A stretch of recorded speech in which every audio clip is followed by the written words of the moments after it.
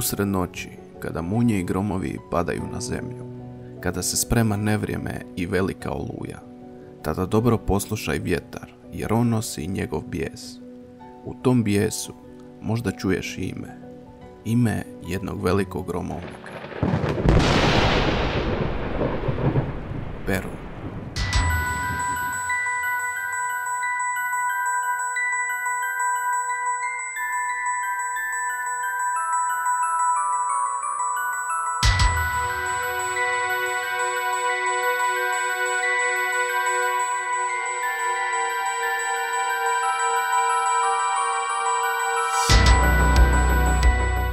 Perun je u slavenskoj mitologiji bog groma i munje, vrhovno božanstvo među slavenskim bogovima. Njegovo ime u izvornom korijenu značilo je hrast, ali u praslavenskom se razvilo u značenje udariti, srodno sa službom ovog gromovnika. Perun je opisan kao grub čovjek s bakrenom bradom, vozi se u kočiji upregnutom jarcem te nosi moćnu sjekiru, a katkad i čekić. Sjekiru baca na zle ljude i duhove, a ona se uvijek vraća u njegovu ruku.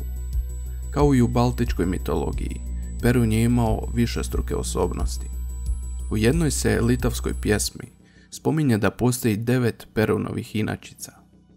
Usporedbom baltičke mitologije i izvora iz slavenskog folklora doznaje se da je Perun bio oženjen sa boginjom Mokoš, koja u dijelu svoje egzistencije koje provodi sa Perunom predstavlja sunce.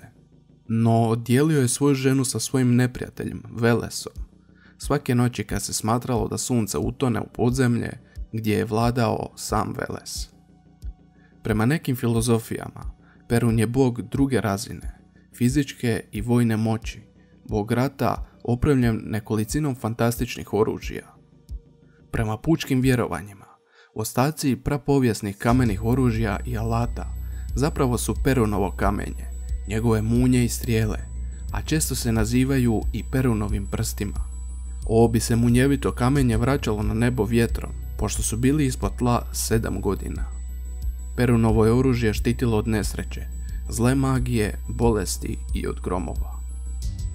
Perun je imao još jedno oružje, učinkovito poput ostalog, ali neobično, mitske zlatne jabuke. U mnogim je slavenskim folklornim izvorima zlatna jabuka bila talisman potpunog uništenja. U slavenskoj kao i u nordijskoj mitologiji svijet je prikazivan kao sveto stablo, obično hrast, čije grane i kora predstavljaju živi svijet nebesa i smrtnika, nebo i zemlju, a njegovo korijenje podzemlje, svijet mrtvih. Bilo je to drvo života. Perun je bio vladar svijeta živih, neba i zemlje, a često simboliziran orlom koji je sjedio na najvišoj grani i promatrao cijeli svijet. U korijenju stabla živio je njegov neprijatelj Veles, vodeni bog podzemlja, simboliziran zmijom ili zmajem, koji je stalno izazivao Peruna kradući mu stoku, djecu, odnosno sina Jarila ili ženu. Perun je progonio Velesa po zemlji, napadao ga svojim munjama s neba, a Veles je bježao pretvarajući se u razne životinje ili skrivajući se iza drveća, kuća ili ljudi. Kad god bi udario grom, vjerovalo se da se Veles krije od Peruna baš na tom mjestu. Zanimljivo vjerovanje da je Perunika, što je cvijet koji prema vjerovanju izraste na mjestu u koje Perun povodi munjom. Na posljedku Perun uspija ubiti Velesa. Otjerao ga je u njegovo vodeno podzemlje. Vrhovni je bog potom ponovno uspostavio red u svijetu koji je prije ometao njegov kaotični neprijatelj. Potom se vratio na vrh svjetskog stabla i dao do znanja Velesu da mu ondje nije mjesto, te da dolje u podzemlju ostane.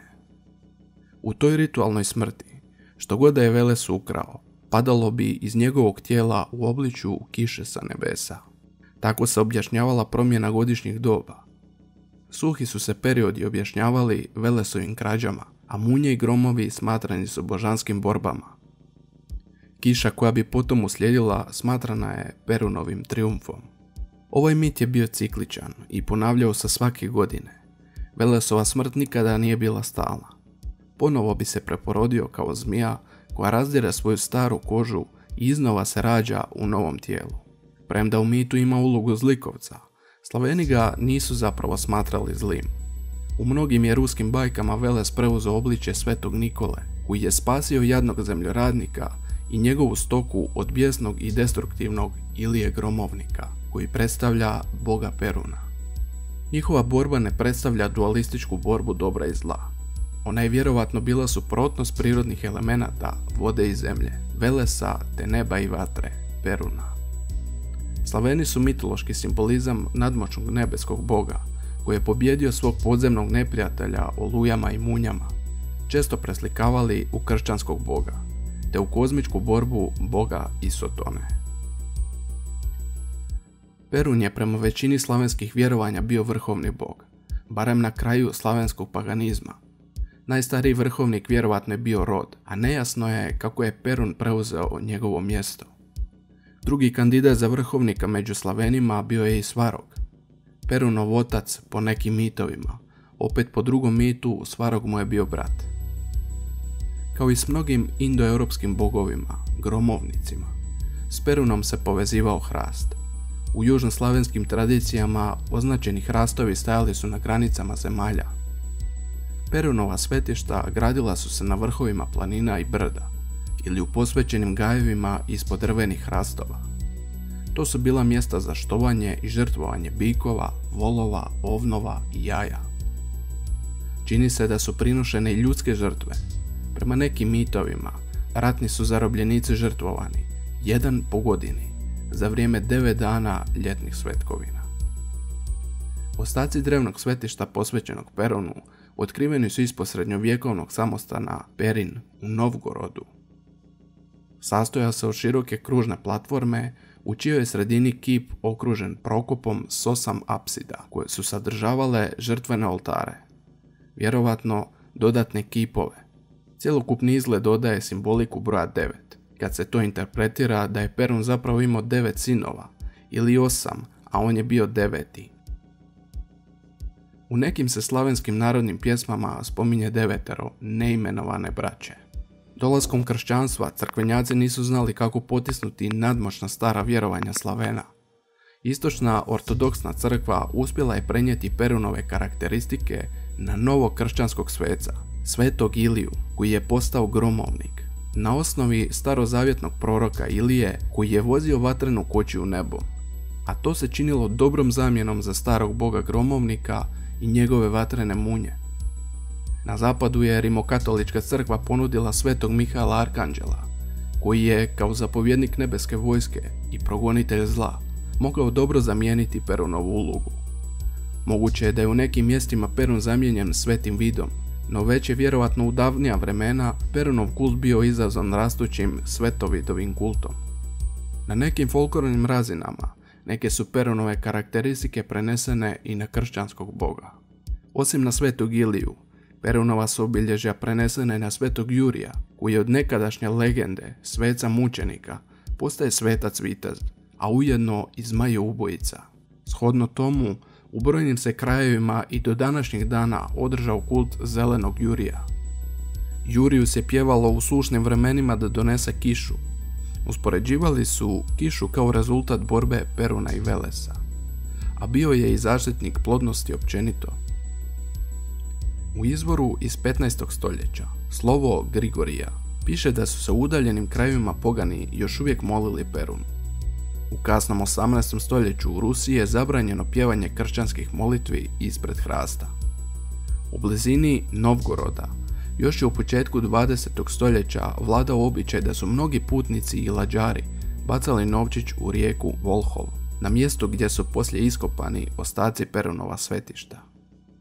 Još početkom 20. stoljeća neki su seljani u Bugarskoj i Makedoniji održavali svečanosti da bi prizvali kišu, a središte je obreda bila mlada djevojka Perperuna, koje se ime može povezati s Perunom. Od svih povijesnih izvora koji upisuju slavenske bogove, najbrojniji su oni o Perunu. U 6. stoljeću spomenut je u Prokopijevom dijelu Debelo Gotiko. Prikazan je kao gromovnik i jedini bog kome se žrtvuju volovi i ostale žrtvene životinje, ali nije imenovan. Prvi sigurni izvor je ruska povijest prošlih vremena, gdje je prikazan kao bog rata i plemstva, koji kažnjava smrću prekršitelje zakletvi. Godine 980. kraljević Vladimir Veliki u Kijevu podigao je kipove 6 ili 7 poganskih bogova ispred svoje palače, a glavni je bio Perun, prikazan sa srebrnom glavom i zlatnim brkovima. Vladimirov uljak Dobrinja uspostavio je Perunovo svetište u Novgorodu, koje je nakon kršćanizacije postalo samostanom, ali je zadržalo Perunovo ime.